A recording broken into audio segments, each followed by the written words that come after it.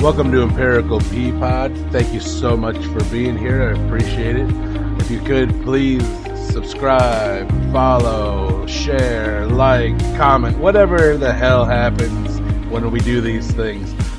I'm your host, Tim Day. Let's get to the show. Even Kara was asking me, she's like, what are you guys going to talk about? I'm like, we could probably virtually talk about anything. I'm like, hell, we could probably have like a 3-hour episode where we're just fucking shooting the shit about nerd stuff, That's true. old times, Yeah. shit that we grew up with, stuff that we go through, and maybe give them, like, hell, it's just me and Tim. I'm like, we're close in high school, we kind of drifted apart. I'm like, but still, I'm like, we've always talked and stuff. I'm like, we've always seen each other. That's true. Yeah. Well, we're going. All right, kind of figured. We're here with Rob Balchunas. Now, I like this episode actually a lot because so far you're actually my oldest friend.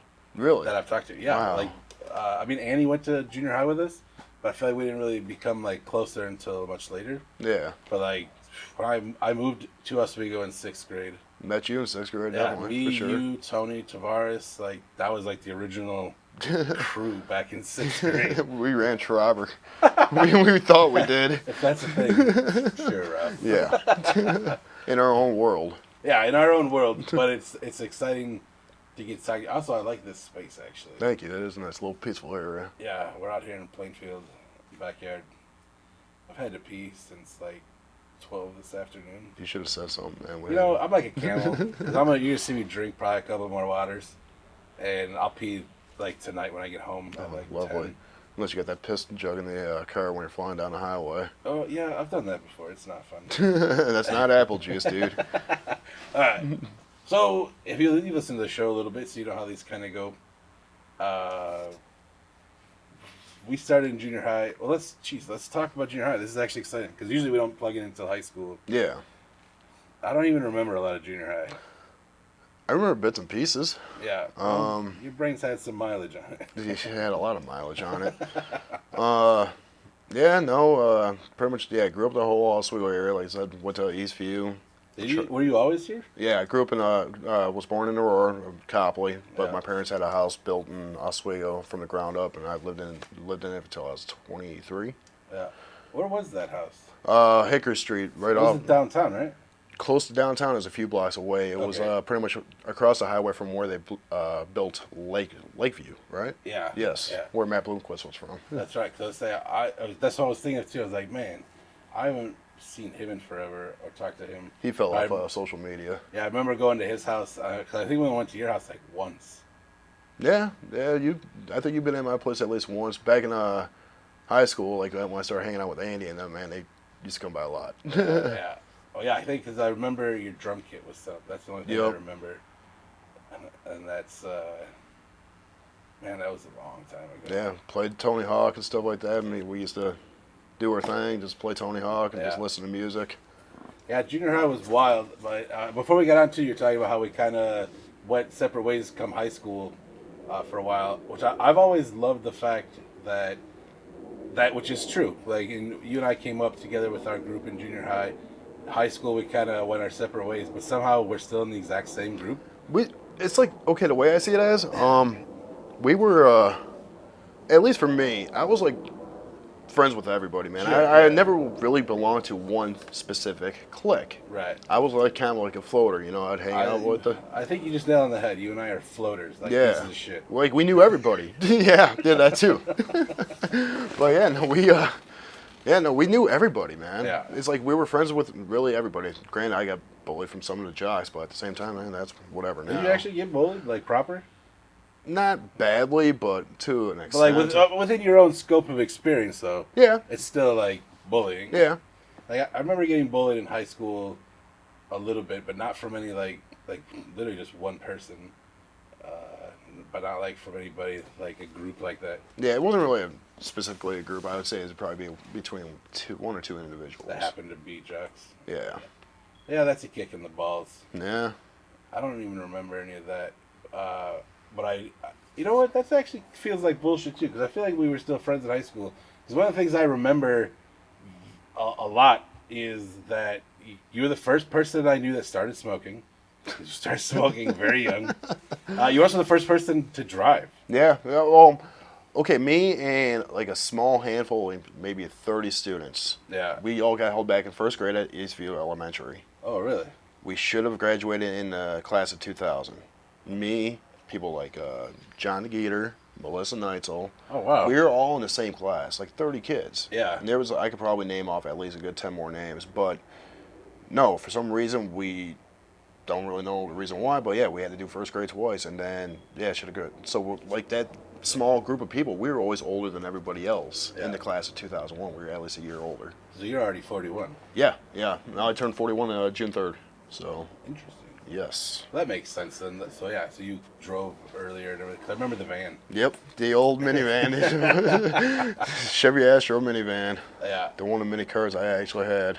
Do you remember when you started smoking? 15. Yeah. I think I didn't really start heavily till I was like probably late 16, 17 though. Yeah, because I remember when you started out, back then I was always, annoying. Yeah. Like, Rob, don't do that, Rob. You're smart. Yeah, well, I grew up with two parents that smoked too. It was Yeah. awful. At least when they smoke in the house. Like, now I'm like, oh, if you're going to go outside, Yeah, please no, stay inside. that's one. After living in my apartment, Yeah. which I will get into probably a little bit later. But yeah, no, lived in there for 10 years and I was a smoker indoors. I'm never gonna Indoors, really? never gonna Dude, do that like, again you because I take saw stuff how off the walls and you're like, when I moved oh. and you can see the picture frames, I was just Yeah. like, oh, That's- I'm like that's terrible. Yeah. But I was renting, so I'm just like, well, that's their problem. I'm sure all they did was slap a new coat of paint on it and I'm sure. went yeah. about their way. Yeah, that's so gross. I was very highly disturbed. I'm just like, yeah, I'm never gonna smoke indoors again. So I'm hoping to quit soon though. I've cut back. That's good. Yeah, so It's definitely, it's always a good time. yeah. Oh yeah. I consider it's like planting a tree. The best time to plant a tree or to quit smoking, 20 years ago. Yeah. Second best time, right now. Yep, that's true. You're right. Did you, after high school, then did you go to college at all? No. Like, I not was even a thing? I didn't really know what I wanted to do back in high school. Sure. It was just one of those things I Well, was we were like kids. yeah, It's kind weird of that the society dictates that you should. yeah, like you should have this huge plan. I really Yeah. had nothing planned at all. I feel like you still kind of live that way. Kinda. I mean, my dad got sick and stuff like that. He had a stroke and stuff like that, so it was always kind That was before, though, right? That was. of. That happened back when my dad passed away the year I graduated. Really? I could have sworn that it was younger than that. He suffered his first stroke when I was 13, I think, if I remember Yeah. correctly. He lived for 6 years after that. There was something specific tied to why you started, or at least told me why you kept smoking. Maybe it was the stress of that. Yeah, And everything. just having to deal with all that. Yeah. But he didn't pass away until. 2000. 2000, yes. It was February 14th of 2000. I remember we if used to remember ride correctly. up to the Crow's Nest pretty regularly. Yep. Oh, yeah. Yep. Man, I missed that place, too. Yeah, I just drove by it last Thursday, and it's a Once Upon a Child, and it made me so sad. I didn't even know they were no longer there. Yeah, it's not there anymore. It's the Once wow. Upon a Child. Oh, wow. 'Cause I was like, hey, I saw less than Jake in this parking lot. And it was depressing.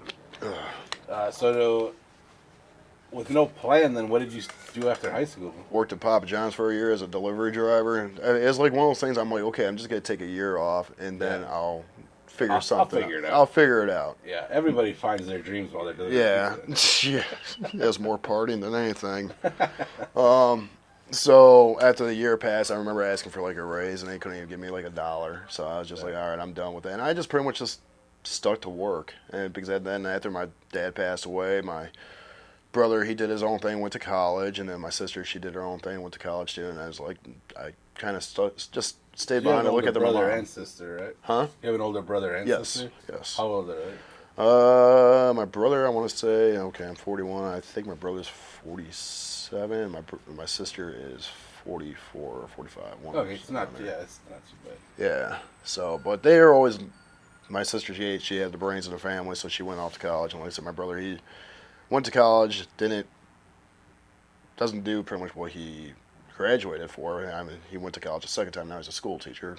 But yeah, no, I pretty much just stuck behind just to look after my mom and make sure she is all right. And then, yeah, from there. Did you feel obligated to do that, or was that just like It just happened, I guess. Like I feel like people like you and I are kind of mama's boys.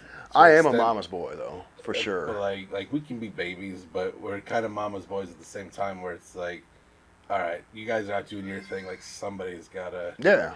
Yeah. Pretty much. Like nobody pushed you into it. Yeah. But it was like, I guess I'll do this. Yeah, me and my sister, I mean, we've had a back and forth relationship, I guess. I actually talked to her recently because we've gotten on really good terms, and I just told her, she's like, you know, you didn't have to do that, and that's why I just told her, I'm like, well, you guys went off to college. I'm like, that was just kind of my mindset, like, okay. But I don't think you're not, unless you are. Do you hold any resentment towards that? No, not at all. It Not at all. is. Believe me, I made so many good memories with my mom during that time. That's how, like, yeah, like people kind of like look down on you, like if you live with your mom.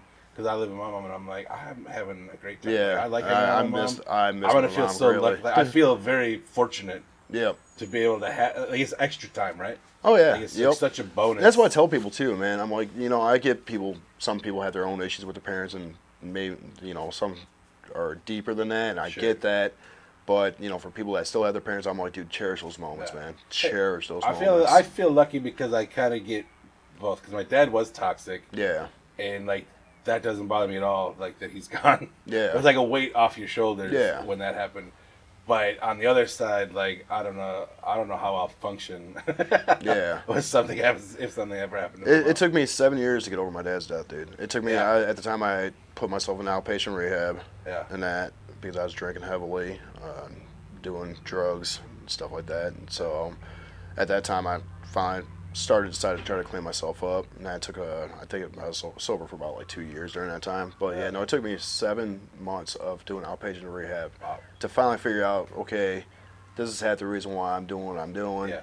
You just finally came to terms. Yeah, trying to come to terms with it, accept it, and then so that's why like dealing with my mom's death has been a lot easier than dealing with my dad. I mean, I have those coping mechanisms put in place. Or is it just? It's just been. I guess having being with Kyra and stuff, having her around. I have my moments, you know, off and on, especially during holidays, birthdays, and stuff like that. It bothers me, but having her around, having my kids around, it's to me, it's like I always feel like my parents' presence is nearby, especially wearing my mom's cross. This was hers. Oh, really? Yeah. Nice. So after she passed, I pretty much taken it. It's always Glad one I of those didn't make things. fun of it. I know your views on religion. Believe me, my mom wasn't religious at all. I've calmed down a lot. Yeah. I just want people to be happy. Yeah, no, it's just one of those things that to me it's more of a spiritual item. Yeah, like for sure. I feel like she's with me. Oh yeah, I'm with you. It's one of those things now I've worn it for so long too since she's been gone. If I don't wear my necklace, I feel naked without it. Yeah.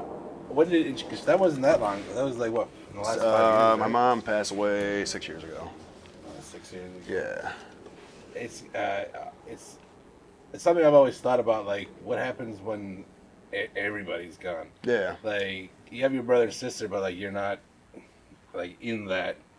We're not as close of a tight family as we used to be. Right. For sure. Do you think that there's a reason for that, or it's just everybody just has their own life? Everyone has their own life. I've had my problems, which my brother and sister, they really don't want to deal with it, which I understand. Sure, they have opinions. Yep. I totally get it. That and plus they got their own issues going on, man. Yeah. It's just they got. It's sad, really. Like it like, sucks. It really does. My brother and his whole family live in Ohio. Yeah. And like we used to be, you'll remember because my brother used to hang out. Yeah, your brother was cool, man. He was awesome, even though he was older. But like we always hung out. My friends and his friends, like we would do stuff, and then he just kind of up and disappeared. Like, and I'm not pissed about it either. Where it's like, you know, good on him. He's got his family, like he's doing really well, and I want them to be happy for sure. But it's like we're part of this group that is like really close. And we've all grown up together and still maintain a friendship. It's weird to see like how your own family grows up and it like kind of almost writes you off. Yeah. Yep. It's just like thank goodness we have our chosen family. Yeah. Which makes it it makes it a lot easier to deal with. I'm sorry that we've been kind of just going all over the place with this so far. That's how conversations work, man. Like, I mean, we were like trying to talk about junior high, and then we just veered off into everything else. I'm a talker, like I'm a chatty Cathy. Yeah. So when I talk, like I tangent, or there'll be a little thing, I'll pull threads. I know usually, I mean, that's the thing. It's not like we talk all that often or see each other all that often. The only other times I really talk to you is either through Messenger or if I see you online and we're gaming or something like that, which is very rare nowadays, too. Super rare. Yeah, I miss that, actually. Oh, so do I. I miss it so much, actually. This last Sunday, I fired up Ark. And I haven't played Ark since T passed away. Because T and I used to put so many hours into Ark. And it's emotional to play. Like, it's fun because it's an awesome game, but at the same time, it's like really hard to play. You bet. Yeah. But like, I miss play because I know Shmed wants to play too, but he's got the wife and kids. Yeah. Me and Jason play here and there, but it's like I know Yunker wants to get on too. I would love to. It's just when we find the time. Yeah. By the time I usually get on, my kids, I usually put my kids down for bed about 8:30. Yeah. Sometimes the latest would be like 9 o'clock. Yeah. By then, I know like a lot of us are either getting ready for bed because a lot of us got to wake up in the morning for work. I wake up at 4 in the morning, so I mean, you're still on first shift now, right? Yeah, I barely sleep enough as it is, so I'm usually going to bed by like midnight. Yeah, that's like me too. Yeah, but it's funny because I feel like I caught you online more when you were working third shift. Yeah. Well, we just had stupid hours. Oh yeah. Yep. Oh god. Yeah, I hate to work a third shift too. Yeah, that is awful. Terrible hours. Yeah. I mean, we're jumping around, but we're also idiots, so I feel like it's easy to follow our conversation. I'm sure. If you're part of our group, then yeah, you would understand. I think even an outsider can be like, yeah, I can understand what's happening here. I know the homie group can understand because, every time we have get-togethers and that, everyone's just talking about virtually anything and everything. Yeah. I don't know what else there... I mean, you mentioned we jumped from junior high. I don't know if there's really much more to talk about. And we talked a little bit about high school, which... Yeah, then I told you a little bit after pretty much beginning of high school.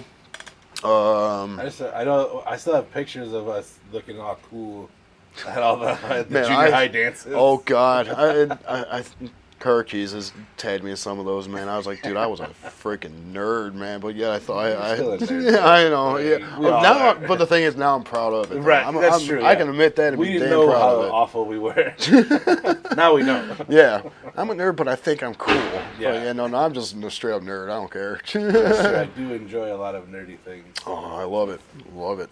Yeah. It's one thing that Kara found me attractive. She's like, you're a nerd and not afraid to admit that. I'm like, yeah, that's just, it makes me laugh. It helps me get through life and stuff like that, I guess. There is one thing we can say. Rob Balchunas is uncomfortably Rob Balchunas. Pretty much. Even in high school, like, I mean, it was the same thing. Like, we did a lot of stuff with, all of those things. Like, there's not a whole lot there either. I'm curious what you've done since then. Like you said, you didn't go to college. I also didn't go to college. It was never even a thought. I was like, what for? To me, I was like, okay, if I really wanted to look into it, it would have probably been a trade. Now, when I was telling you about when I was doing my outpatient rehab, is when I found out that I love to cook. Really? It's actually, to me, it's therapeutic. Yeah. Very therapeutic. My dad, a lot of his like grilling, when he used to grill and stuff like that, he would like to try to get my brother involved. My brother was the type of kid who would never do it. Sure. So my dad wouldn't even ask me. 9 times out of 10, he'd just drag me by the arm. Come on.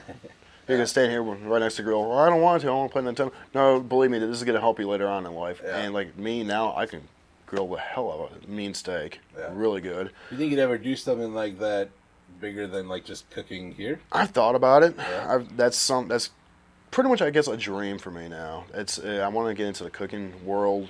Dream would always be to like maybe own like a nice little bar or something like that, sports bar or something like that.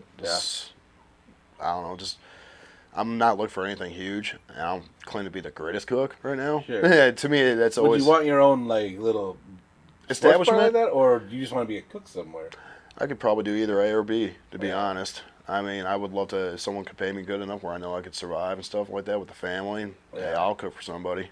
I've thought about doing a whole personal private chef thing too. Yeah. But it's just I would have to learn more and probably at least try to do some classes on some stuff. Yeah, I mean, but that might be a good investment too, right? I mean, going on almost 20 years of my job now, so I've thought about it might be time for a career change. I mean, I know I keep saying I'm 41. I'll be 42 next year. I'm like, getting older, but at the same time, it's been at my job for 20 years, and it's like. Do you kind of, because I noticed for me lately, I've felt like, I've always been terrified to be 40. Yeah. And now that I'm here, it's like, whatever, it feels comfortable.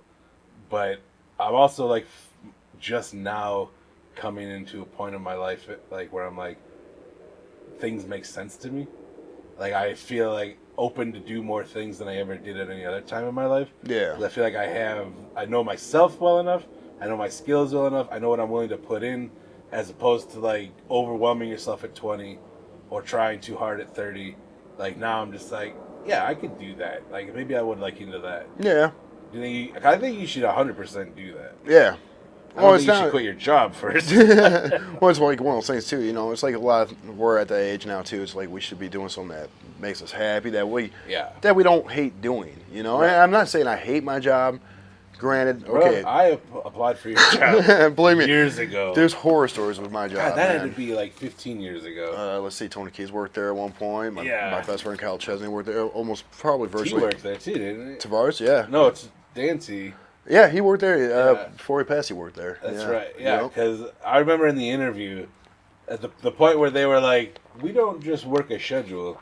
You work until the job is done. You can't leave." And I'm like, "Fuck you." Yeah, now, dude, now we're lucky. People are like begging to get hours there, which is Really weird. Yeah, this past summer was probably the slowest summer we've had out of my 19 years there. I never had even That's like wild. we were even more busier during COVID than we are now. Yeah. Yes. Wow. Which is weird. That is crazy to think about, It's actually. because of the economy, dude. No one's Yeah. buying stuff like we. But it's like they have such a niche market that you feel like is usually always going to need to be replenished. Well, and that's the thing. The whole society shut down. Guess what? Yeah. I was essential, supposedly. Yeah. I worked. When I worked in the paint factory, I was essential somehow also. Yeah, so, I was risking my health and my life just to... It was nice not to have to not work, but I also saw these checks being thrown around. Yeah. And I was like, I know how to cash a check. I was like, man, we have another shutdown. Guess what? You guys can go to work. I'll, sit on my butt this time. You guys can be essential. Let me take a break this time. Yeah, that's true. I did miss taking it. Well, after I left the factory, I worked as a project manager for a year, so I worked from home, No, all right. which was pretty awesome. If I could do work from home, that'd be great, to be honest. I can't really do warehousing. No, you can't. But if you did a cooking thing, Yeah. that would be really cool. Yeah. I don't know what you would do with it. Like, even having a food truck would be awesome. That's another dream too. Me and Carver actually talked about that a few times. Yeah. She was like, if you want me to get interested in something that you love to do, she's like, the food truck idea would be something I would totally be 100% in. Yeah. Let's say you had a place, or you could be a chef somewhere. What would you want to make? I haven't gotten into it yet, but I would love to really learn how to like smoke meat Yeah. and barbecue. I'm good on a grill. I'm good at barbecue and stuff to an extent. Right. But the whole smoking game, that's a whole new ball game. Sure. Which I mean, I have an idea because my dad had a smoker at one point. Yeah. I have an idea how to smoke meat, but at the same time, there's so much more that goes into it too. Yeah, that'd be really cool though. And I Plus, love it's smoked meat too. delicious. Oh, it's pulled pork and brisket. Yeah, buddy. Yeah. Oh yeah. That's good stuff. Yeah, I mean, I feel like it's an easy enough thing to at least try. Like, Yeah. You build up your skills to where you're comfortable showcasing them. But I mean, like, it's just a matter of, like, everybody knows your food just from the parties we've had and the stuff that you brought. It's just a matter of being like, hey, next party, let me make the menu. Yeah. That would be really cool. And then you could get some honest feedback and be like, we also have friends that have restaurants or little food truck type things. It's just a matter of like plugging in there, giving it a try. Yeah. And seeing if the passion is there. Yeah. Or if you just like cooking in the kitchen. Oh yeah. Yep. I think that'd be really, really awesome to explore. Oh yeah. Yeah. And then like I told you, the only other thing I really have planned for my time is eventually, hopefully, do a podcast that I've been planning for the past 2 or 3 years now. Yeah. But no, I would love to. Whenever you're ready, I told you, like, put it under the banner. What's going to end up happening here is I'm going to change from Empirical Peapod Yeah. to Empirical Peapod Studios, and then just have all these shows. Remember, Tim, Monopoly is just a game. You want to take over the fucking world. That's right. Yeah. Then, like, after kind of talking to my friend Melissa, who I did an episode with a while back, my perspective kind of just changed as far as, like, there's this throwaway line there that I feel like most people dismiss that really hit me hard, when she's talking about money. Yeah. Because I've always been adverse to money and like not wanting to be corrupted by it, and at that point not wanting to have it. Yeah. Believe me, I hate money. I Right. hate it with a passion, but Yeah. hey, we got to survive somehow. But then still. she shows up and is like, "Oh, I'm willing to have money," and I was like, "Oh, Yeah, I love what?" when she said that too. Yeah, and I was like, that just switched the whole thing in my brain where I'm like, well, shit, I'm willing to have money. Why am I being so weird about it? Yeah. So I was like, all right, I'm just gonna keep doing stuff I like, and slowly watch the money hopefully trickle in. Yeah. So how's the whole teaching gig for you? I mean, So I don't teach. I'm a paraprofessional, okay. which basically means I sit in a classroom and make sure certain kids are on task. Kind of like a monitor, right? I mean, monitor is a separate job, but more like an assistant. Okay. Like when I deal with kids that have IEPs and stuff like that, Right. that are special needs stuff. So That's one thing not many people might know either. My sons, they're special need kids. oh really? Yeah, I my did not know my that. Morgan's stage 1 autistic Mhm. and major stage 2. Oh, so that's actually those are mostly what I deal with is Okay. autistic kids that are on various ends of the spectrum. Yeah. So I mean, they're not terrible. They have their moments, but I Yeah, mean, yeah. we got them in their early learning now. They're So going. they're still young though Yeah, too. yeah. 3 going on 4 in Yeah. January. But Now they can start talking, and I can feel. Do they talk? at oh yeah, least? yeah. Okay. Major took a little bit longer to Yeah. start talking, but yeah, no, he talks now. We got him going to Brokaw Early Learning in Oswego, which their teachers there are unbelievably very helpful. Yeah, So then they work with them really well. that's Yeah. awesome. So they're doing good. They're doing good. It's Yeah, that's a really. it's cool. been a ride, man. I mean, it's been It's interesting because like it's awesome to watch the progress. yeah. Especially like when you know there's these things too that they're dealing with and they're still getting it, and it's really rewarding. Like, Yeah, it is. and I'm really I do well with those kind of kids because most adults treat them a certain way. You got to have a lot of patience, man. Yeah, and you I have know to there's have a times lot where of my patience, I feel like it worse. Then I tell Kara, I'm like, hey, I need to step outside or something, or you know, she needs to I feel step like you out guys too. have no patience. Shit's.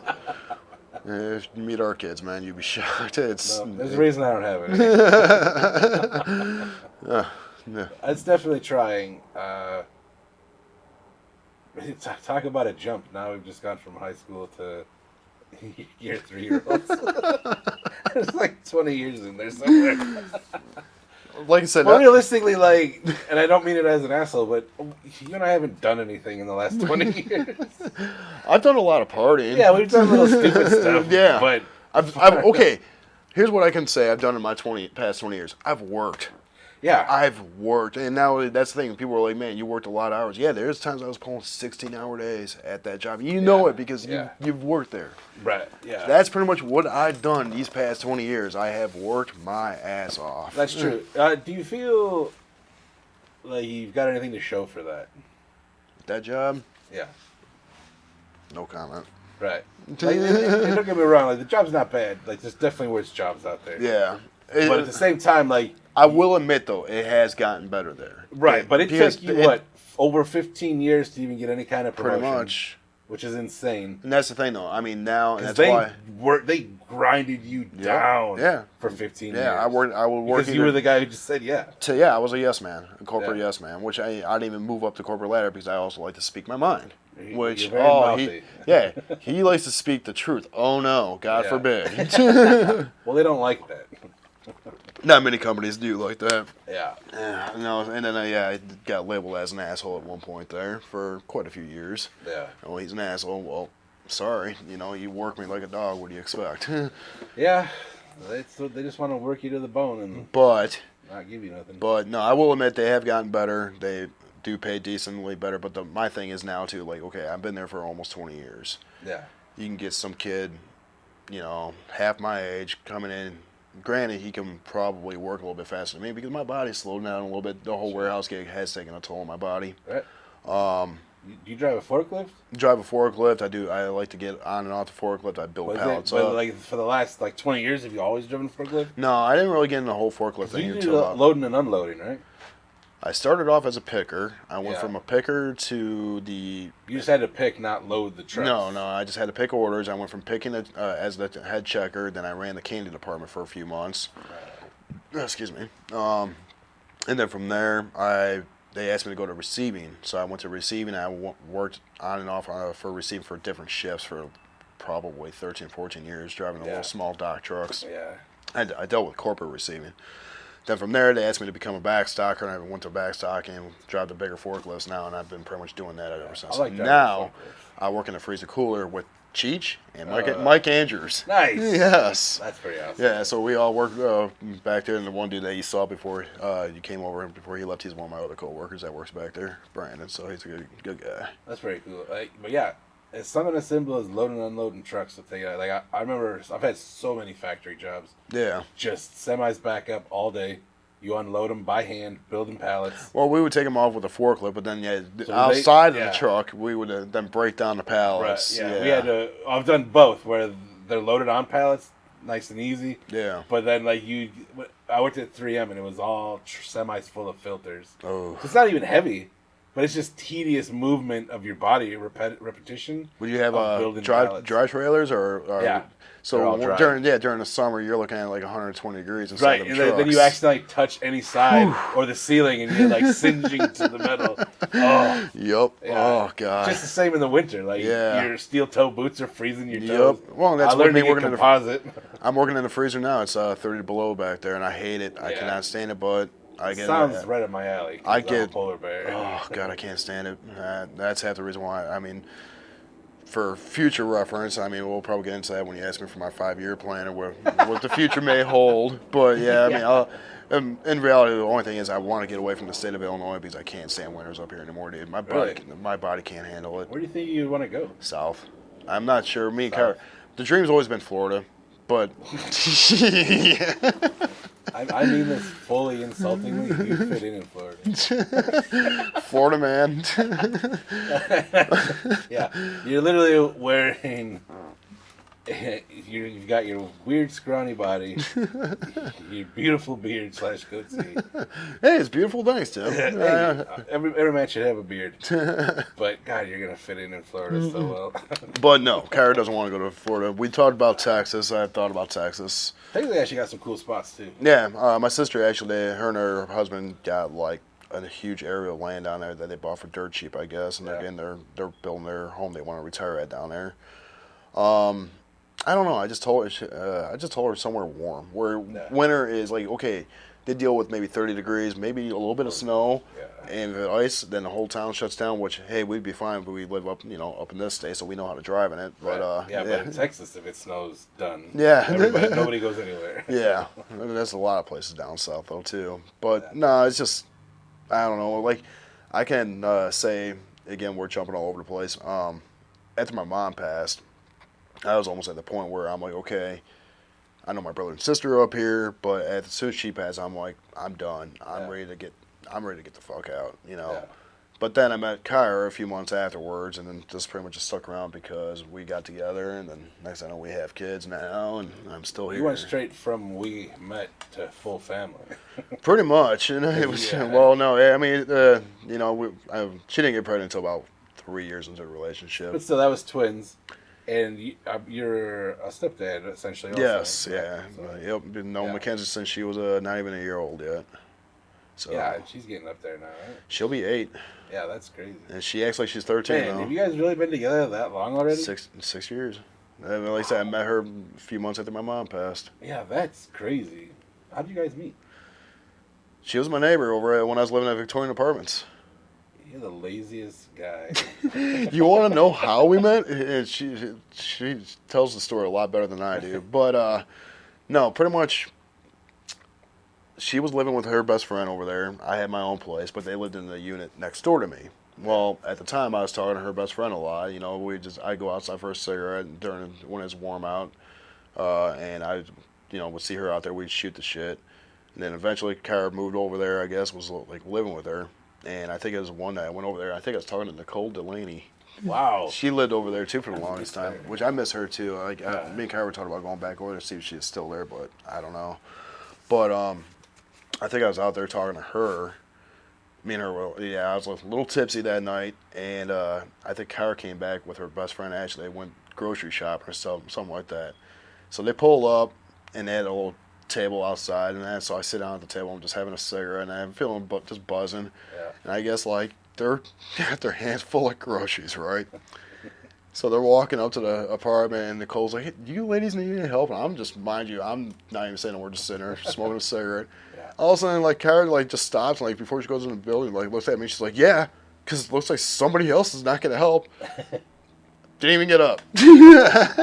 Didn't even, yeah. So I guess they went inside, and she's like, what the hell's up with that guy? She's like, he is kind of cute though.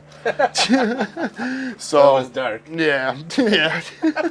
It was dark, but yeah, no. Then from there we just started talking because like I said, I'd go out and have a cigarette. I'd see her out there. We just exchanged numbers, and then pretty much one thing led to another, and yeah, decided to start dating each other.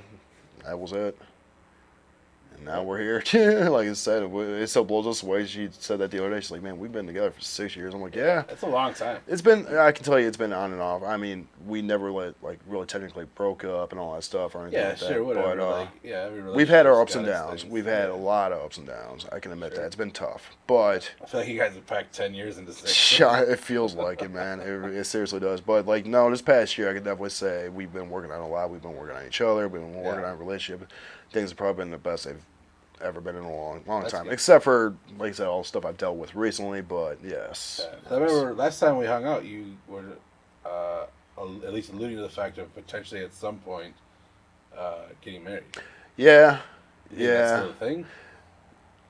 She wants me to repropose because I kind of did that wrong. Repropose? Repropose. You gotta get it right, asshole. Repropose. Propose. But yes, I need to kind of do a little, because the last time it happened, she was pregnant. I was drinking with one of my best friends at my apartment, and just kind of hey, Yeah. got down on one knee, asked her. No, it's more. It's more. I want to take her out to dinner and ask her kind of on a special date night. So or you said something you like did that. once 6 years ago. No. When This was was she was pregnant with the twins. So about over 3 years ago. Okay, so yeah, not that long ago. So yeah. So technically we're engaged, but we're not engaged. I guess. I like that you think you're engaged and she doesn't. Yeah. It's whatever she wants, man. Yeah, well, that attitude will get you far. Whatever she wants. Guess what? Got to make the lady happy, man. Yeah, that's true. One of the things too, I did an episode with my cousin a while back, and I'm curious of your experience as well, which gets into touchy subjects. But like I said, then you don't know unless you talk about it. I think it's important to talk about it. You can blow the whistle at any time, because if anybody didn't know, Kyra is not a white lady. That's correct. Also, speaking of just this idea, if you guys get married, there's no way in hell her name can be Kyra Balchunas.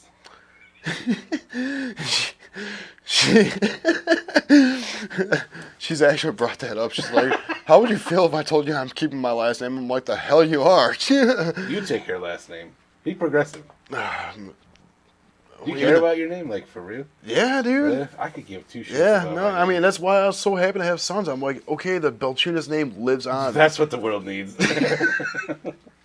Okay, well, my brother has a son. I do have I do have a nephew and a niece. So I mean, but his legend will live on. But no, my dad was the only child, so like me and my brother and his on my dad's side of the family, he never really had a big family. He's the only child, has a few cousins, but none of them were like Balchunas. Right. So me and my brother were the last of us, and I was like, dude, one of us has to have a son. Yeah. So he had a son, and then like again, I have twin boys now, which wasn't the intention to have twins, but it just happened.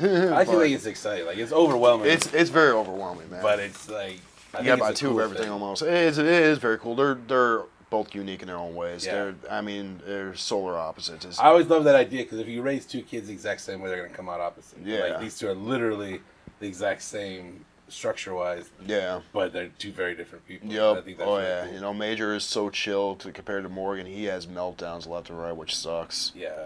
But plus being on the spectrum makes it, even more difficult. yeah. Do you guys have to deal with a lot of bullshit then being an interracial couple? Has that been challenging, or is it? I can say her mom didn't really agree with it at first. Oh, so even the own family within the family was kind of a struggle. Yeah. But they pretty much just said, they realized I treated her really good and stuff like that. Yeah, really well. Yeah, really You learn well. English. Yes. Now you know why I didn't go to college. But yeah, no. Other than that, like my side of the family, no. But I can say I do have some relatives that are no longer around that wouldn't have agreed to it. They were old school. Oh, they're dead. My grandma on Yeah. my mom's side of the family wouldn't have agreed with it at all, just because she was old school. Racist is the word you're looking for. Yes. I'm trying to put PG here, but yes. Not I trying like that you think racist, the word, makes it not PG. No, I know. But, yeah. Other than that, no, I can say while we're out and about, though, if we're out having dates and stuff like that, we get looks from people sometimes. Yeah. Mainly older people. Like you were just saying. Yeah. I feel like that's a lot of that systemic racism, but Yeah. built in subconsciously. Mm-hmm. Like, if you sit there and thought about it, you don't really give a shit. Yeah. But your brain is just like. But I'm not going to lie. We have bumped into people, like, literally around our age, younger, and who want to, do racist shit. And it pisses me off. It's like, this is the reason why we cannot move forward as a society, because we're still dealing with stuff that we shouldn't deal with. I hear like other countries, a lot of like racism is not that bad as it is in America, which blows my mind. It is odd, especially being such a melting pot for so long. Yeah. I mean, don't get me wrong, the history is there, right? Yeah. You figure the police are born out of the KKK, like literally, that's the thing. Yeah. And the systemic racism of how cities are structured, and slavery was a thing, like, even though it doesn't matter how long ago it was, it's built into your DNA. Like, how do you overcome that? Yeah.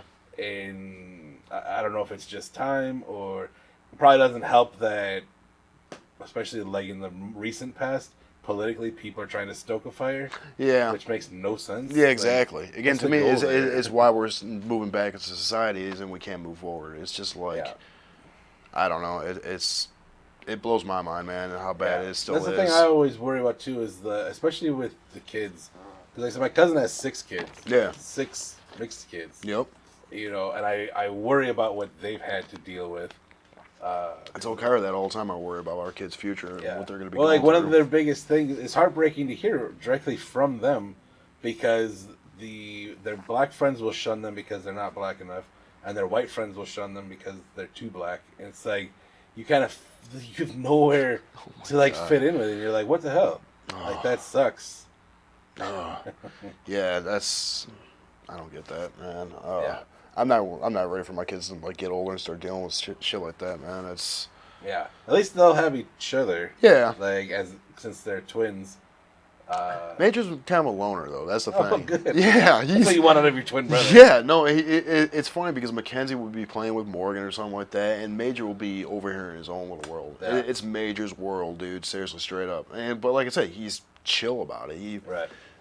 I don't know. I keep telling Kyra because he's the type of kid I see him looks like whenever he looks at something, he's trying to dissect it. Yeah. So I think he's more analytical. Yes. Yeah. So that's cool. That's gonna be fun to watch. It is. It already is now because like I say, he'll look at something. You can tell he wants to take it apart. Yeah. But he's not gonna. But he's looking at all the components. Okay, I can maybe do this here. I can maybe move this over here. Maybe take this apart here. And I don't know. I swear to God, if he could probably take apart his little Matchbox cars, he probably would. Yeah, I mean that's kind of awesome. Yeah, that's really cool. I mean, that's why I can't wait to get them into Legos. I'm kind of still waiting a little more time for Legos, but no, it's gonna be really interesting to see them. I know they've done no bigger blocks, but nothing smaller compared to our Legos that we're used to. Yeah, I miss Lincoln Logs. Dude, I love them. I used to make Godzilla movies with my own Lincoln Logs. It was pretty cool. Yeah, man, fuck. we've skipped around so much. I don't know. Like, there's no format here. Yeah. Also, I haven't seen you forever. It's just nice to talk. Oh yeah, yeah, definitely, man. I've always respected the hell out of you, Tim. Yeah, well, and I take the piss a lot. I've made it very clear that you're my favorite person to make fun of. Yeah. But of course, I love you too. I know, and that's why I always be like, man, you hate me. You're like, I don't hate you. You just you just do stupid shit. Also, none of it's serious. And I'm hoping it comes off more cheeky than me. Yeah, yeah. I guess it took me like a little bit to like realize that. I'm just like, oh, it's all out of love. Yeah. But yeah, no, that's the thing. I hope you always do know that too, man. I used to look up to you back in fucking junior high, man. I thought you were like one of the coolest motherfuckers. Well, I'm sorry that that's pan out for you. Oh, that's great. I also was 5'10" before everybody else in junior high. Yeah. And then everybody kept growing after I was done. Man, I got big at one point. I think I got up to like almost 200 at one point. Really? And then Wow. yeah, no, I was fat. I was like literally had a lot of chunk on me. I'm back down to my high school weight now, 145. I fluctuated between 145 and 155. Yeah. I lost all pretty much stressing out because when I So stress, was that during all the stress or like trying to stay clean and stuff like that? Because a lot of stereotypically, a lot of people when they try to get clean, they tend to put on weight.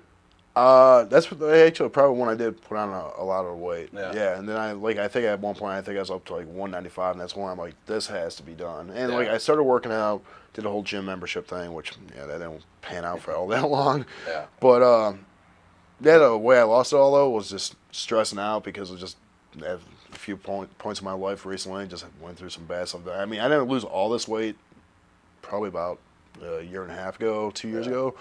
And it was because I would stress, and when I stress, there's times if I stress out badly, I won't eat for like 2 or 3 days.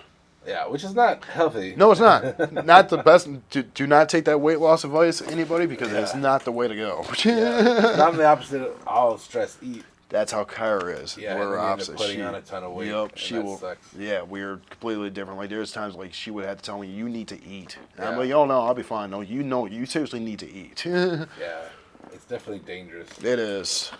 And it's just, it's not like, I'm not forcing myself not to eat. It's just, I'd stress I just don't get an appetite. That's all. Nothing.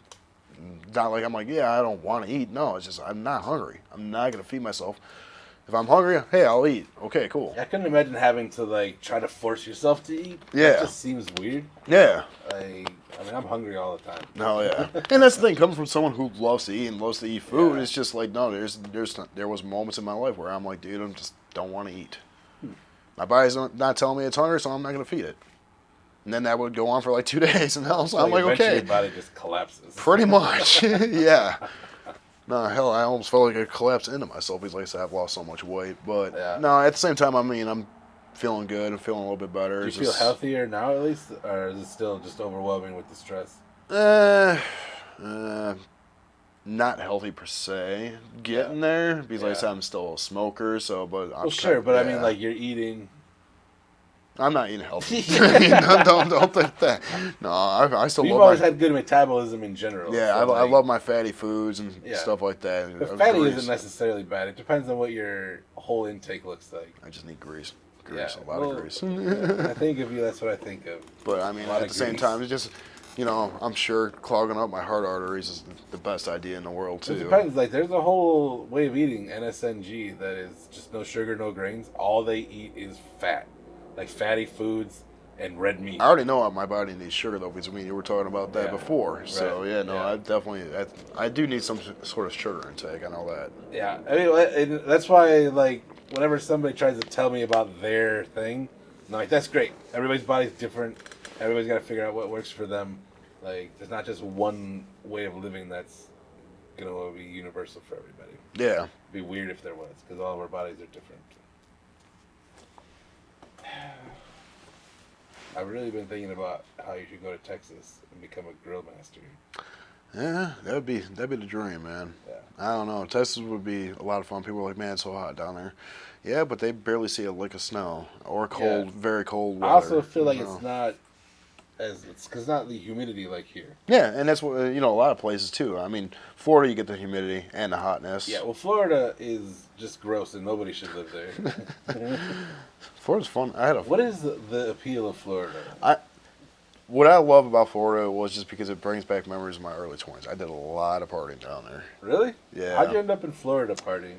Car keys. Yeah, I think his grandma had like a timeshare. So me, him, Chesney, a few other people, we went down there every year for a few years straight. I think Cheech went down there with us one year. Yeah. Yeah, we would just party though down in like the Orlando area for like a week. This is like in our early 20s, so we would buy so much alcohol. I feel like you guys were alcoholics. Pretty much for an alcoholic for a straight week. Like, Yes. not that you guys don't drink now, but I feel like for a while there, Oh it yeah. was like, oh no. Why did I tell you? I think I did outpatient rehab, man. Yeah, Because that I makes seriously, sense. yeah, no, I've had to cut back on my drinking just this past 2 years. I think I went 8 months just out of the blue. I'm just gonna quit drinking. I quit drinking for 8 months. Really? Yeah, That's awesome. yeah. It's just there's moments where I mean It's a now, nice little body reset. yeah, now I try to have a drink like every few days now, and then Try to have one. at least I need to de-stress every once in a while, so I do need a beer or two. Right. But no, I'm not. I've cut back a lot of my drinking this past year alone. Just going through a lot of stuff, and I'm like, okay, drinking is not the answer. So That's true. Yeah, 'cause you don't want it to be a vice. yeah, yeah. You still smoke pot at all? Or Oh yeah, oh yeah. That's one thing I will definitely keep doing. Yeah. Yeah, no, I love my weed. Yeah, because you've always done that. Yeah, pretty much. For a long time. 'Cause I'm always curious if like one will curb the other. Yeah, Like, because it doesn't really sound like it. Like when you were drinking heavily, you were drinking heavily. yeah, But you're probably smoking heavily pot also. yeah, yeah. But the thing is too, like the only difference too, I can definitely say there's a lot of times too when I'm high off my ass, I'm a productive stoner. Really? I can clean. I can do shit. I like to cook when I'm fucking high. So Yeah. yeah, no, I love. You find it helps you focus? Not really. I don't think so. I don't know. It makes me usually just like drift off. But no, I don't know.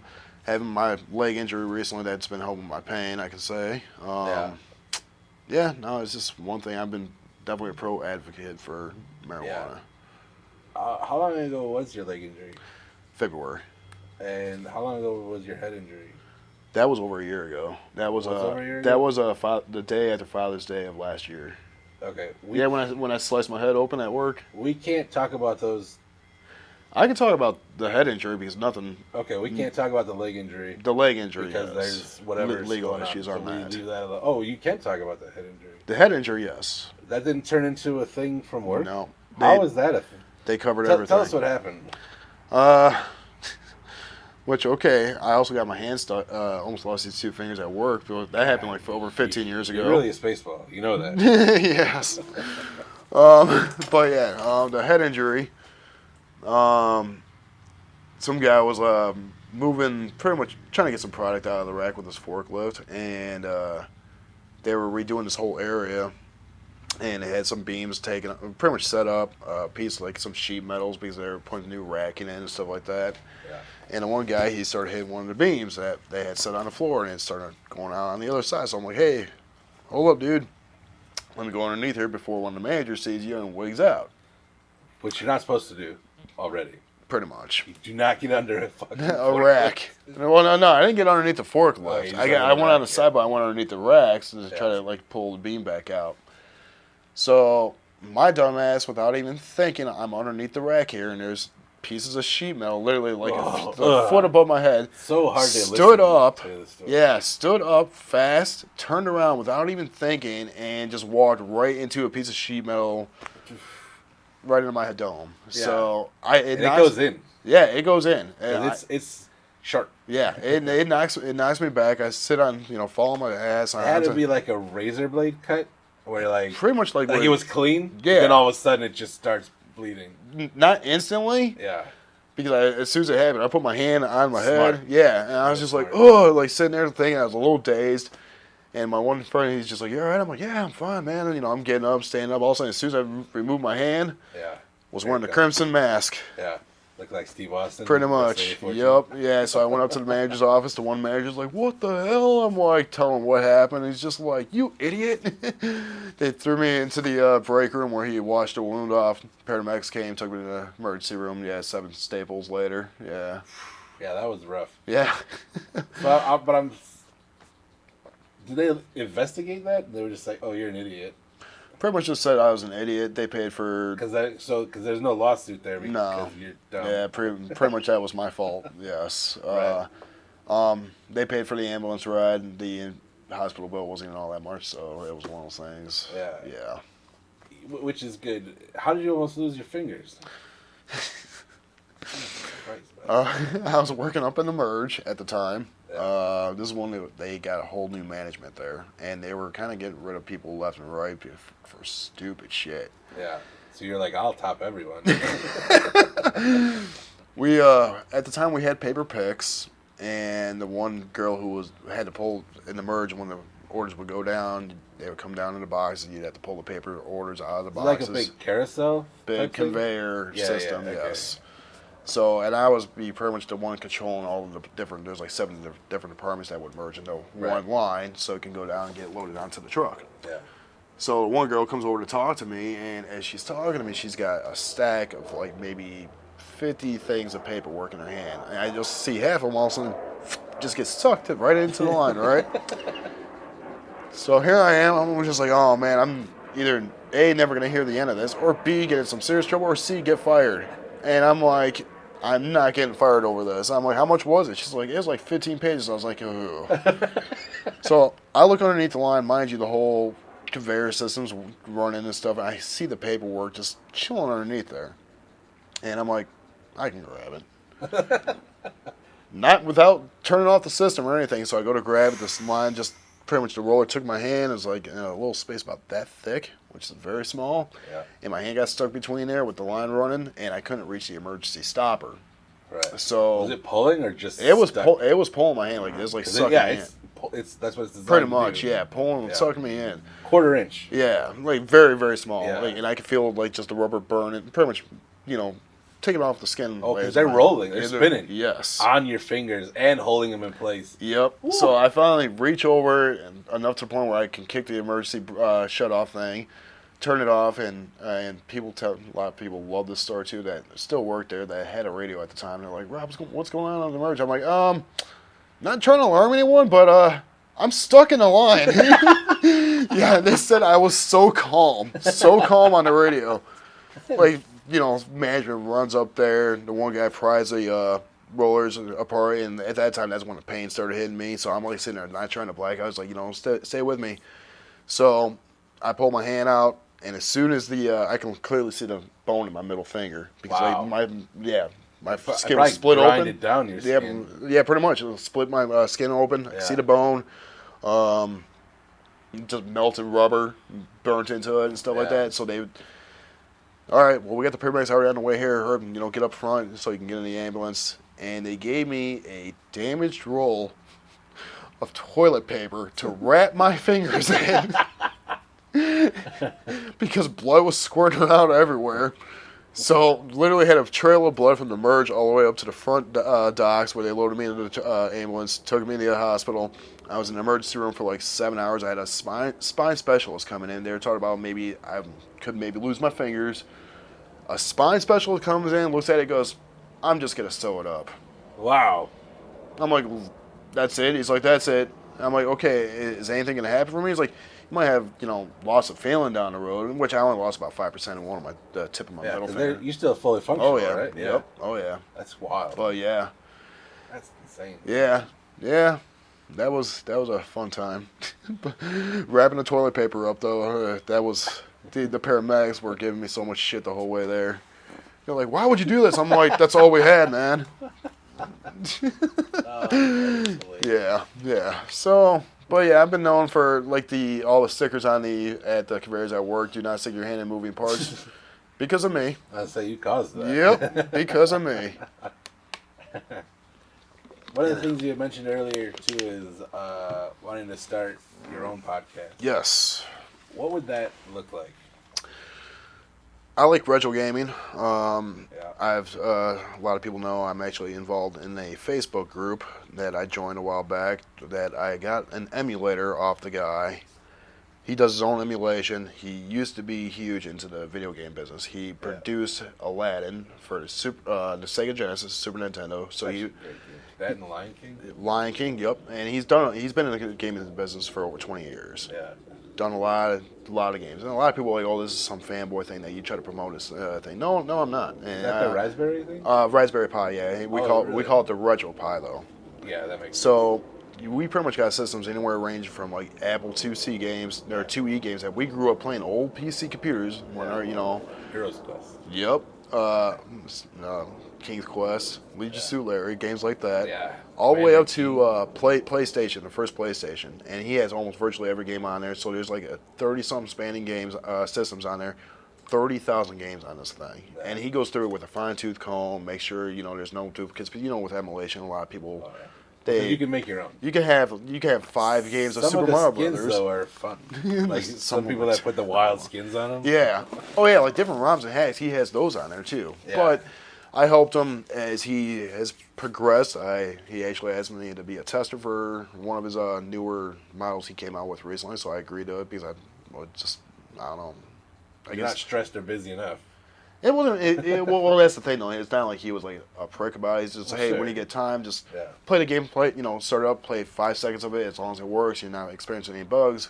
Move on to the next game. So I had to test his the PSP games on his Pi, which I found there's some games I found I'd have problems. I'd write it down a problem, tell him through Messenger, hey, this is what's going on, and then on his next update, he'd somehow fix the coding on it and where it'd be working. So he got me that. So I play a lot of retro games. Yeah.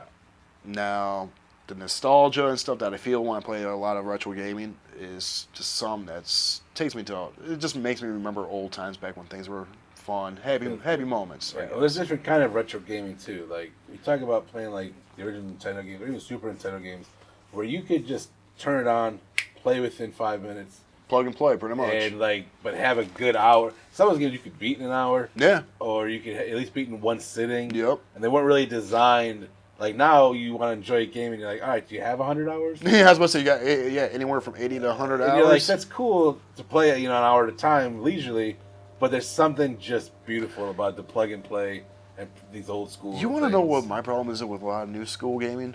I like to just wander off. I'll start going they're all sandbox. Yep. And sandbox games are fine, but sometimes I just want a linear story that moves forward, and I know exactly what to do instinctively. Yeah.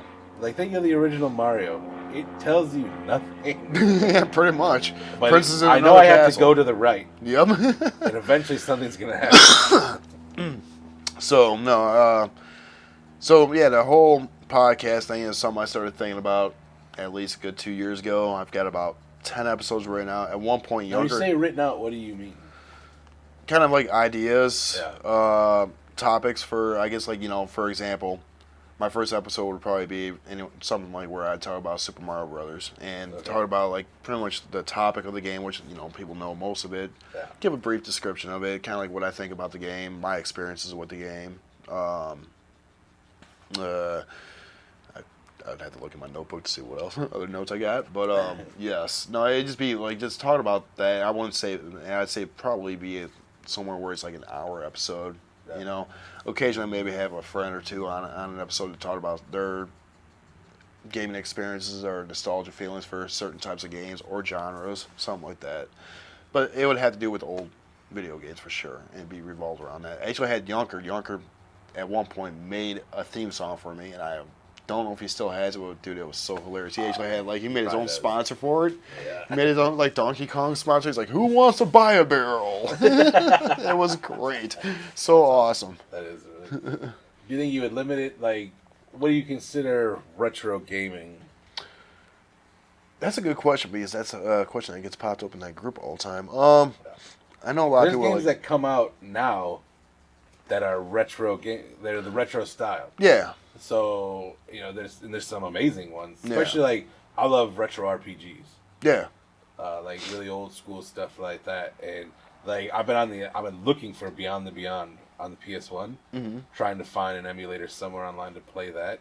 I'd have to check my emulator if that's on there. Bruh, if not, Beyond the Beyond and Lunar I know Lunar is. The Silver Star Story. I'm not sure. There's two different ones, and it's hard to find that. They're all ones I used to have. Yeah. And now they're like worth hundreds of dollars. Don't you love that? Dude, it's wild. I mean, I still got a lot of my old stuff. Yeah. I mean, that's the thing. I still have a lot of my old systems. When I sold my house, I had a copy of Suikoden, and I sold it just because I was like, I mean, it's on, I've got it on my PSP, I've got it on my PS3.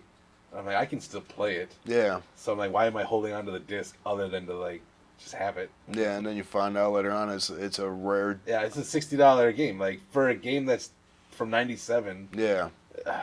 I've been emulating Vandal Hearts lately. All right. And man, Vandal Hearts is something that just made me fall in love with strategy RPGs. Yeah. Particularly. One game I've been trying to get into is Chrono Trigger, which I heard the story for that is amazing. Chrono Trigger is pretty awesome. And that's the thing. I never had a Super Nintendo growing up. Yeah. So having this emulator, I got to play a lot of games that I would maybe play at a friend's house, but it wouldn't be that long. Where I finally put in, I think maybe like 5 hours in a Chrono Trigger so far, and I'm nowhere near like the middle of the story yet. Yeah, that one's really good. Breath of Fire 2. I've heard of that. Is also incredible. That was on the Super Nintendo, which also like you can play on everything. It's nice too because I have a Switch. Yeah. And the Switch has a bunch of Nintendo. Oh yeah, I got my Switch. I gotta re-up my membership on that though.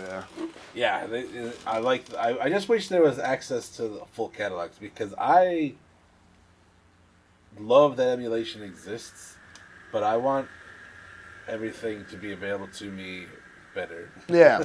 Well, I know, like especially with Nintendo 64 emulation, that's hard to emulate.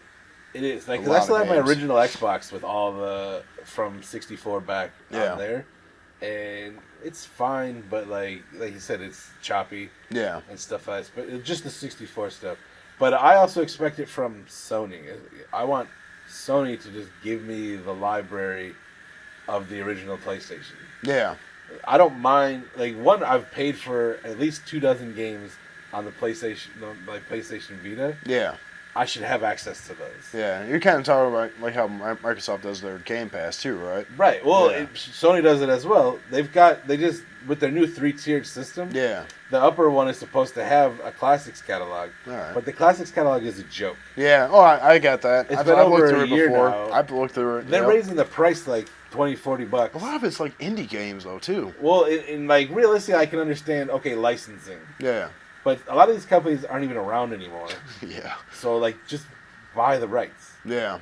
And if like Legend of Dragoon has been the best classic they've put on there. Sorry, my neighbor's driving his RC car over there. That's what that noise is. RC car? Yeah, he's got. That's actually awesome. That dude's like probably older than me. Yeah. Really? He's got a drone. He flies around with the VR headset. I want a drone so bad. I was about to say, just in case you heard that noise, I'm sorry. Life happens. That's I know various odds and things happen on your podcast. Yeah. Well, the garbage guys came by earlier. Yep. Too, but it's whatever. It doesn't matter. But yeah, I expect more. Like a Vandal Hearts, for instance, is a Konami game. Yeah. Whatever you have to pay Konami just to license it to your system is worth it. All you have to do is charge $5. Enough people will check it out. Yeah. I don't even care. Get rid of your stupid tier thing. It's not worth it. Yeah.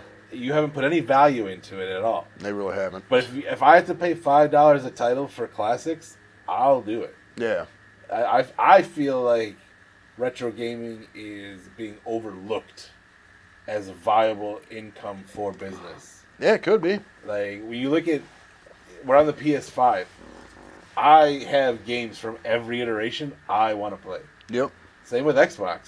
Same with Nintendo. Oh yeah. Like there's so many amazing things that my dream has always been to get an arcade cabinet and get an emulator to put in there. That's what with like a sick TV. That's what people have done with this group time, and they'll put the pie board inside of an arcade cabinet, and then just have every arcade cabinet in there, pretty much, and just paint it some cool setup. Yeah. Like that would be awesome. Have someone put some cool art on there, maybe some right that has to do with video games and stuff like that. That would be because I used to want to badass. collect arcade machines. They take up a lot of space, man. A lot of space. I'm sure you've been to Galloping Ghost, right? No. You've never been to Galloping I Ghost? haven't. I've always wanted to go. Oh, man, I've been there at least 3 times, and we're talking about going there again, like, real soon. It's one of those things that T and I always talked about, too. Like, 'cause he's like, it's so amazing. And I'm like, but I never got to... Did you ever come to my house back in, like, way back in the day when I had the pinball machines? I don't remember. Okay. Yeah, no, growing up, I had 4 pinball machines. Really? Yeah. My I parents love had... pinball machines. 3 of them worked. What was 3? Yeah. Go-Gar, Space Invaders, and Fireball. Supernova never worked. My dad tried getting that one up and running, but never could. But yeah, no, Tony Keys and Chesney and all them would remember it. But yeah, I wasn't sure. I didn't know my parents got rid of them. I want to say, I think it was right around the time I went to junior high, they got rid of them. Yeah, just for money and stuff, yeah. That's a shame. I wish those were still around. Okay. They're also not as expensive as I would think either. Like, I remember the big X-Men arcade cabinet. The big, like... 8-player one? Yeah. It's only like $400. Really? Yeah. Oh, wow. And I like... And these ain't the arcade 1-up ones, right? You said what? Are they the arcade 1-up ones, or are you No, talking about this the was original? This was before that. That was the original. Oh, okay. But then I also have it on my PlayStation where I just paid $5 for it. Yep, I got mine on my PS3 still. Yeah, and I love that game. Yep, yeah. It's absurd, but it's so much fun. Oh, yeah. I'd be curious, do you think, realistically, how viable do you think a podcast like that is? Okay, so when you say that, I'm sorry, I'm not the parties man anymore. So would you say how important that podcast would be? How viable is it? Like, do you think you could have a full season or?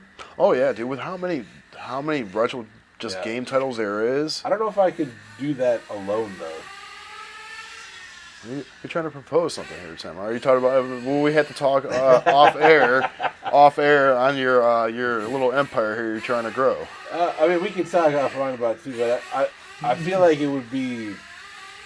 Like, believe me, I can always bounce ideas off of somebody too. I'm just like I've done solo episodes here, or recorded stuff and been like, I'm not putting this out because it starts feeling lonely. And I think it's nice, especially you get somebody and you have a good rapport, anyways, to kind of talk about stuff. You get some things you get point counterpoint, or you get 2 people that are really excited about something. Yeah, for example, like, someone.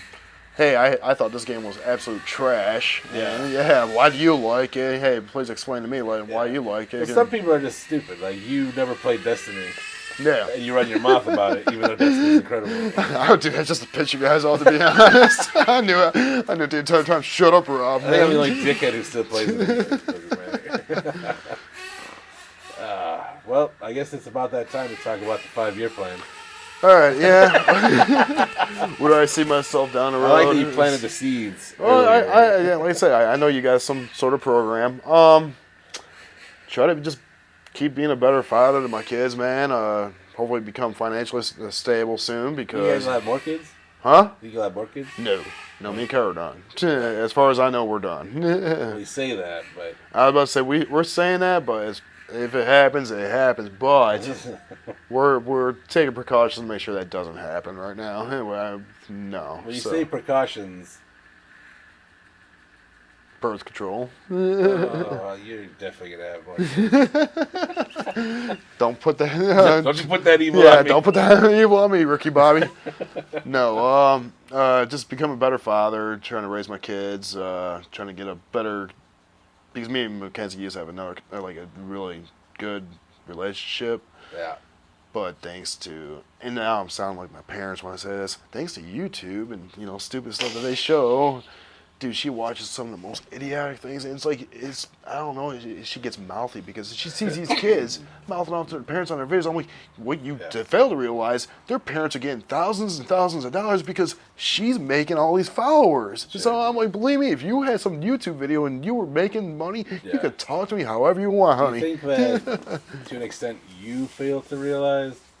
Like, we used to watch Beavis and Butthead. Oh, yeah, I know. Like, there was a time when we couldn't help ourselves and use our real voices. Yeah. Because we were stuck talking like we used to. Yeah, I think what was it, maybe 6th and 7th grade. We probably did not use our real voices all At the time all. at all. About At all. It was always just. Hell, I used to what it talk to my was. brother like that. But my brother's like, dude, you sound like an idiot. But it's just the same. Like, we emulated what we saw. Yeah. It's not any different. They just have different stuff that's stupid. Yeah. Our stuff was dumb. Yeah. Oh yeah. That's the thing too. I've watched some of the stuff that we used to watch. I'm just like, oh, why? Not because but the, no. The new ones are amazing. Yeah. No, they're great. I've actually watched them. They're really good. Yeah. No. As I become financially stable, hopefully sooner or later get out of this state. And it's just, I mean, I always miss my friends up here. Yeah. But to me, I do not want to die in the state of Illinois, dude. Nah, it's definitely, I think I'm always excited when people get out. Yeah. Like, I love when people get out, and I hope that doesn't come off as everybody should leave. Yeah. Because that's not the case at all, and I don't mean in any kind of negative connotation, but like, I just think it's exciting when people want to be somewhere else and then they're doing that. Yeah. Oh yeah. That's good. Because I also think.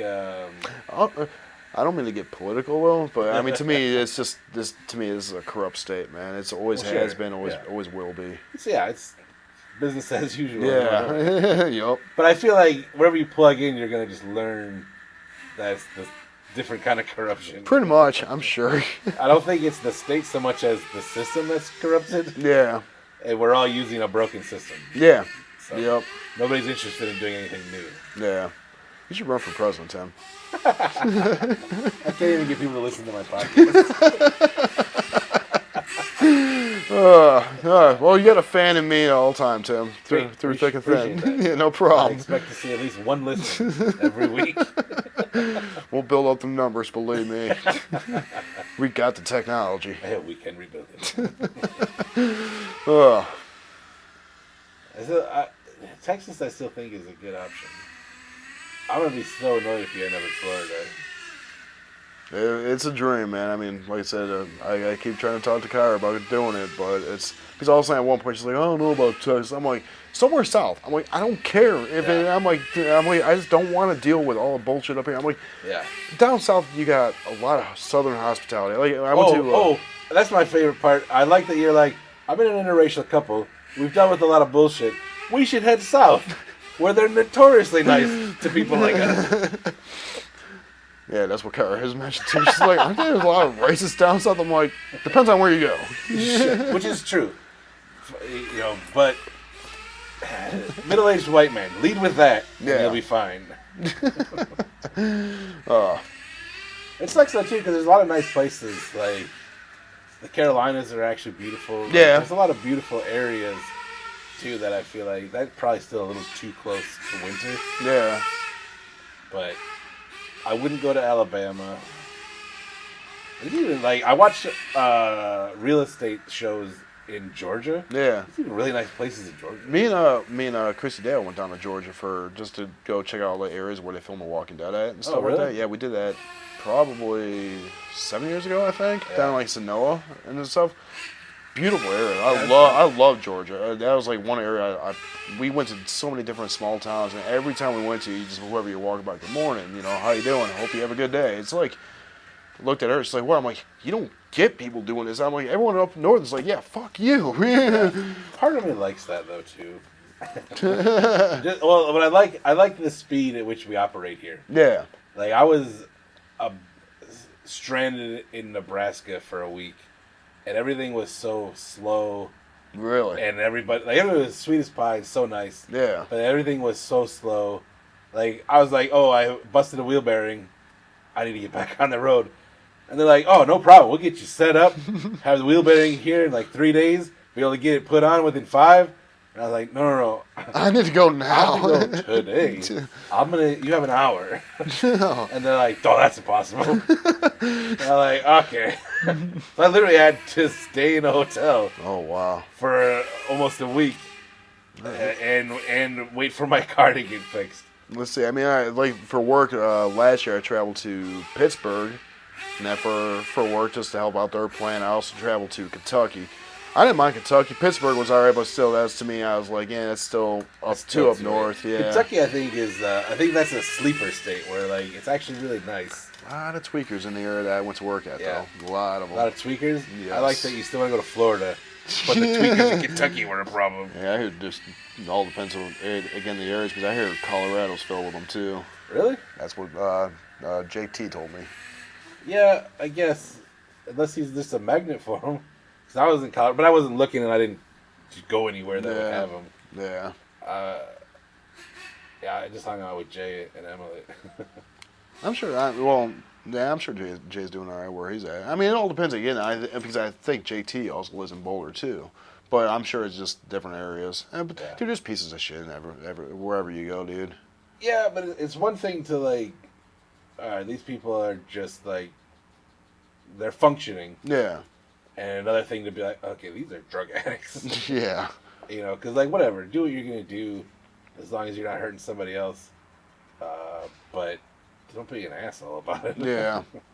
Yeah. Addiction's a motherfucker, dude. I'll tell you that right now. Because, I mean, just talking to, just hearing your podcast with Katie, just hearing what she's gone through and stuff like that. And believe me, I know. I've been there. Yeah. I've gone through it. And she's incredibly impressive also. Like, I'm proud of her, dude. She's... Like, just to be like, flip a switch like that and just cold turkey and never look back. Yeah. Like, man, she's just incredible. Yep. Yeah. I mean, hell, and that's what, before he came over, I was like, does Tim drink? I'm like, no. I'm like, how long have you not drank for now? I don't know. I don't consider I always say I don't drink, but I don't consider myself a non-drinker. Yeah. 'Cause I'm allowed to. Yeah. I can. I just don't. Yeah. It's not fun to me. Yeah. Unless, like, we're going to go out and do something and, like, make a scene. Yeah. Which we don't. We're too old to do. Yeah, I know. If we're gonna go we feel it the next day, man. Yeah, if we're gonna go do something fun, like, I can. Yeah. Like, or if I'm gonna go to a show or something like extravagant, like, I have the option. But I'd rather do anything else. Yeah. I'm more of a I like meeting. I like smaller groups. I like having real conversations. Like, if we're gonna do a bunch of booms and lay in the grass. Yeah. That's fine. I can do that all day. But alcohol, I just don't. Yeah. Especially because I'm trying to stay off of a lot of excess sugar. Yeah. And there's a lot of excess sugar because I don't like any beer. Yeah. So I drink all hard You're liquor. never really a beer drinker. Never a beer drinker. Yeah, I've never really seen you drinking beer. I've had like an Irish car bomb twice in my life. And to not like beer and then to drink a pint of Guinness sucks. Yeah. Oh wow. But I had a lot of fun. Yeah. I had a great time. Well, that's the thing too. I don't miss it at all. I don't regret everything I've done in the past. Yeah. I guess you could say a couple things. Maybe a few things here and there, but at the same time, it's got me to where I'm at now, and I'm glad everything's been more of a learning thing. Especially this past year, there's been a lot of trials and tribulations I've gone through this past year, but it's been a real eye opener. Yeah. And that's another thing, like you talked about the 5-year plan. It's like I really want to try to make myself grow, I guess, like mentally. Yeah. And just try to emotionally. Be able to open up more and communicate. When you say trials and tribulations, like without peeling too back, what do you mean? So I didn't really go into just the whole detail, but I was saying that when I had to stay at the shelter, when we were pretty much going through not having a home and stuff like that. What happened? Was that when you were injured? Yes. Because you weren't working. Yes. That's what screws me up, is that you're injured at work, but then you can't work. No, the knee injury happened outside of work. That's that wasn't the head injury. Yes. Oh, okay. Yeah, no, that's. I get what you're saying. Yeah. So you couldn't work because of an outside injury. Yes. That was unfortunate. Yes. But it put you out of work. That's why. So nobody was paying you. And they didn't owe you anything. Yep. And it I'd have been like, I got to at least get to work. It took a long time to try to even get on disability, and even on disability, they weren't. You sent out short-time leave or just disability? 12 weeks. Yeah. That was it. And that was how long my disability lasted. And like I said, now I got to get knee surgery, and now I pretty much got to wait till the beginning of the year. So they ended up evicting you then. Yeah, that's bogus. Yep. It sucks too because I feel like all through COVID, people were so forgiving and like understanding. We got one rent relief. 1 month? No, we got it wasn't much. They gave us a little relief, but it wasn't much. Yeah. Yeah, and then I was like, this is all we can do. And I was like, well, Yeah, well, you guys had a nice place though too. Yeah. Right. Because you both were working at the time. yeah.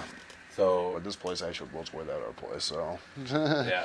And we actually got we were renting these through an actual couple and stuff because we were renting through an actual renting company. Yeah. Where they were dicks, they wouldn't fix nothing because we had pipes leaking in there, and we kept trying to tell them, hey, you guys need to fix this. Oh, don't worry, we will. They would send people that weren't even technically plumbers. The guy came in, we had a problem with our garbage disposal at the time. The guy comes in, just hits it with a wrench. Flips it on. Oh, it's working now. If you guys have any more problems, here's the wrench. We're going to leave it here. Just bang on it a few times. Wow. Like, please, I'm like, all of a sudden, he's leaving cars like, are you a plumber? He's like, no, I just work with the company. Yeah. What? Yeah. That's bogus. So we had to call a third-party company to come in and fix our plumbing at the time because our pipes were also rattling inside the walls every time you take a shower. Yeah, that sounds dangerous. Yeah. You don't want leaks inside the drywall. Yeah. So That's crazy. So you guys ended up evicted and nowhere else to go. And the only reason I really want to talk about this is all right. Like I said, I mean, I can. I only want to talk about it because I want people to know that there's options out there. Yeah. And that, like... there is. The bottom isn't the bottom. Yeah, like, believe me, I felt like I was at rock bottom. Yeah, because you guys ended up at Heston House? I did. Yeah. Kyra pretty much stayed with the kids up at her dad's up in the west side of Chicago, which I Perfect. would go there on the weekends because I had to pretty much... that's when she was in Chicago? Yes. Okay. And I pretty much... I was wondering, like, how are you getting to work? I was taking from the train. Chicago? Yeah, no, I was taking the train. Yeah. She lived a few blocks from... forgot what line it was, the Green Line, I think. Yeah. So I walked about a block and a half to the Green Line, take the Yeah. Green Line all the way to, I forgot what stop it was. It was about 4 or 5 stops into downtown Chicago. I'd walk about maybe 4 or 5 blocks to Union Station, take the train all the way back into Aurora, walk from the train station to the shelter, and I would stay at the shelter Monday through Friday. And unless Kyra would come out and pick me up, and I would stay up in Chicago, she'd take me to work the next morning, which was always a pain in the butt. Yeah. But yeah, no, mainly Monday through Friday, I was staying at the shelter just so I can go to and from work. Yeah, that's wild, man. Yeah. Like, So, I mean, I was without my family. yeah. And, like I said, dealing with all that, working, which But I sucked. think it's one of those things that stereotypically you wouldn't want to talk about. Yeah. But I think it's important to talk about. I can, yeah. Like I said, a lot of people can talk about it. I can't talk to people about it. I just got to watch what I say, though. Oh, Yes. for sure, because of the other thing. But Yes. I just mean, like, My just the experience sheer perseverance. Yeah, my experience there, I could definitely talk to you about that. Yeah, that's If what there's anything you want that's, to know about I don't that. care about the other thing. Yeah. I'm excited you get to wear a leg brace. Yeah, like I said, that's why I always thought. I think I said one of my old managers like the clip of Stone Cold like marching down with the leg brace. I'm Yeah. like, this is how I'm going to be coming back to work after my knee surgery. Glass shatters. So, but I think that's really cool. But it also speaks to who you are as a person and your character, to be able to accept that and persevere through it and still rebuild. Like, 'cause you're rebuilding now. Yeah, I think it's a slow process. It sure. is. It's It a pain is. in the ass. But I feel like you're one of the, because you've been a worker your whole life. Yeah. And you're, because of your parents, you brought up well, where you're like, there's no, I don't know. Yeah. You just do. Pretty Like, much. I have to go to work. Don't talk to me. I have Yeah. to go to work. Not, woe is me. Yeah, Oh, what am I going to do? Like, no, I'm just going to go back to fucking work and start getting paychecks. pretty much. That's what I had to go through. Right. I was like, well, I got to worry about my kids, and Right. I mean, I'm thankful for Kyra's dad for taking us in. Very thankful for that. Granted, it is in a bad area, but still, we had to do what we had to do. Better than You the know, streets. exactly. Yeah. And like that's what I told Kyra. I was like, at least you got the shelter in Chicago. I'm staying at where I'm staying at, which a lot of bad memories there. Literally Sure. saw 2 people die in front of my eyes, Yeah. but at the same time, it's just the experience. And me, I'm like, it's a real eye opener there. Yeah. There's a lot of homelessness in Aurora, just in this state alone. I dude, think and there's it a lot sucks. more close than people realize. It's Like, it's definitely an epidemic. And a lot of it is, and a lot of people always keep talking about mental health nowadays. Yeah. There's a lot of mental health people that need help, dude. And Yeah. that's like a lot of people that I dealt with, and like a lot of guys that I talk to, they got issues, man. It Oh, yeah. sucks, and it's Yeah. because no one wants to do anything about it. And How do you feel about your mental health these days? Because I feel like I've gone through some dark times. Again, stereotypically though, like you can have a tendency to be like trying to be a hard ass, right? Yeah. Like I'm a man. Yeah. Like the stereotypical bullshit that we grew up with. Yeah. But I feel like you've evolved as well.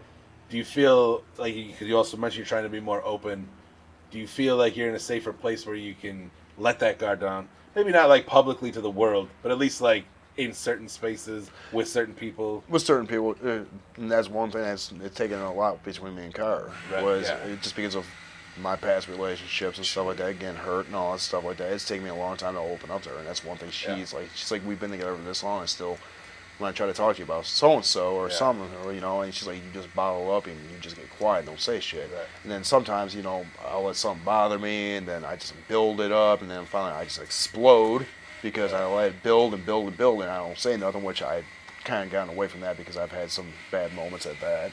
Yeah. But no, it's just I'm trying with certain individuals. Yeah, I'm trying to let my guard down. Trying to be more, trusting of people. It's just, I mean, my group of friends, my homies, everyone. Yeah, I love being open with them.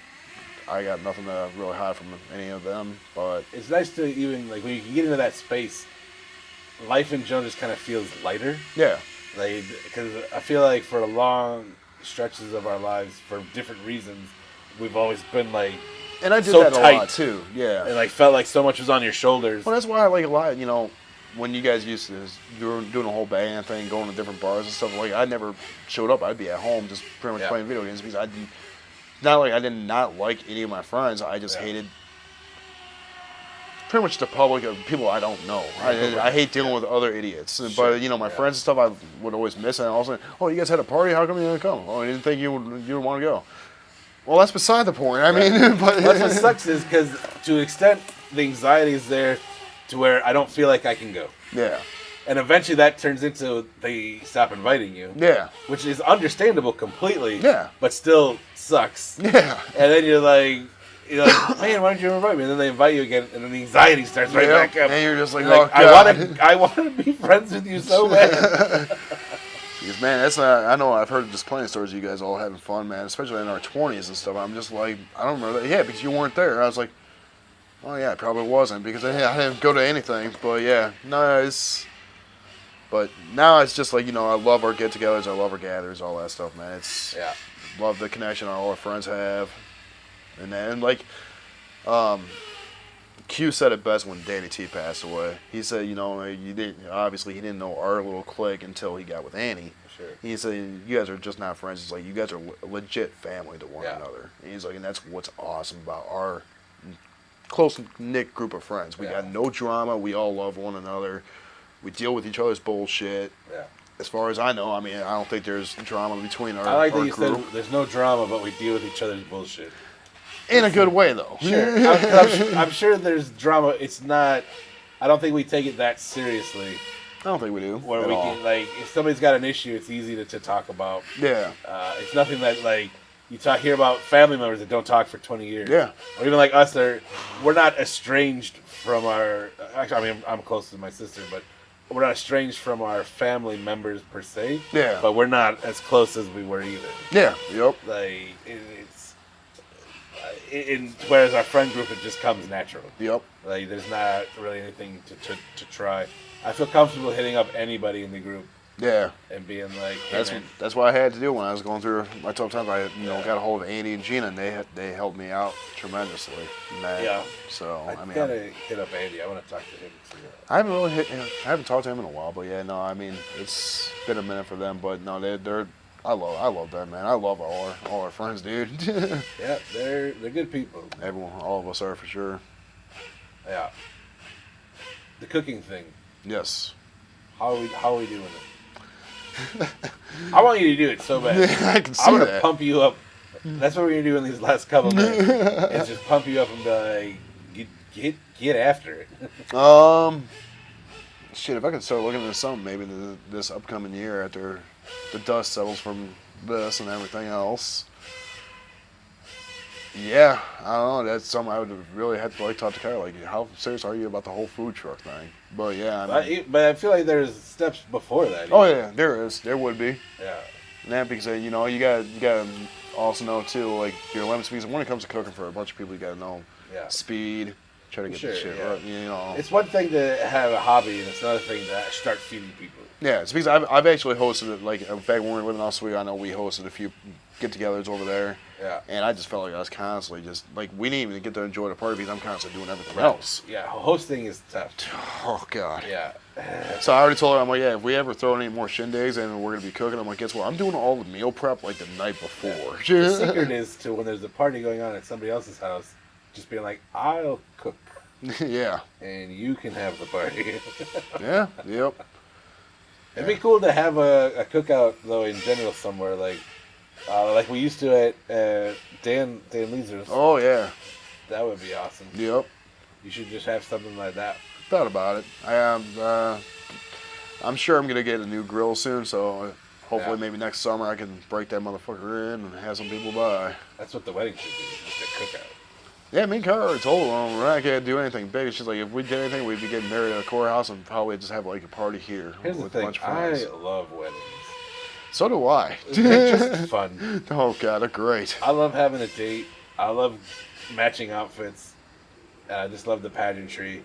So you need to have an actual wedding. You're gonna have to take that up with her. I don't want to do that. She's hard to talk to sometimes. Try living with her. No, I love her though, man. She's been great. She's dealt with a lot of bullshit with me, man, and she's stuck with it, which has been amazing. Well, you guys have for a long time now. It's there isn't just Rob anymore. It's Rob and Kyra. Yeah. You guys are an item. Oh yeah. And you have your huge family. Yes. Yeah. Which is great. Like that's cool, man. That's awesome. Yep. Doing the other thing. It's tough to still make time for the other stuff. So it's always nice to be able to still be around. Yes. Try to keep yourself relevant. Cause it's a lot. Yeah, it is. So that's your 5-year plan, is to be a chef. Yes. I've decided. Thanks, buddy. You can move to whatever. Just God, Florida. You can go to Florida, but you're gonna become a meth addict. No, definitely. She doesn't want Florida, so I'd probably say eventually, no Florida. But no, I could do Texas. Texas would be one. As soon as she said Texas, I was like, dude, Texas. I'm like, Texas is not bad. Yeah, I could do Texas. I think I could probably do Arizona if I had to. Texas, maybe. Just like I feel like Central Texas is becoming more progressive that I would. It mind. is. Sugar said with Arizona though, because Sugar's trying to currently go to Colorado now. Oh, He's really? trying to get out of Arizona. He said all the jackasses from California are now coming to That's Arizona. what I've heard, actually. Yeah. I've actually heard that He said Arizona. the drivers out there are getting much worse and everything. Yeah, I've heard it's very, way less progressive than you think it's going to be. Yeah, Also, yeah. like it's pretty, it's spicy. Yeah, no, Sugar said he's like, I thought I could have stayed in Arizona. He's like, not anymore. He's like, I'm trying to get the fuck out now. Yeah, Colorado is beautiful, also. Yeah. I do love it there, but I don't know. Now I just want to be happy. I don't care where it's at. I keep trying to one step forward, man, one day at a time, dude. Yeah, I mean, I'm trying to tell myself that all the time too. That's good advice too. One step, one step forward. Like I said, I think I told you I was gonna try to end this off with some good quotes. Give me. I know you're gonna end with. Yep. Go ahead.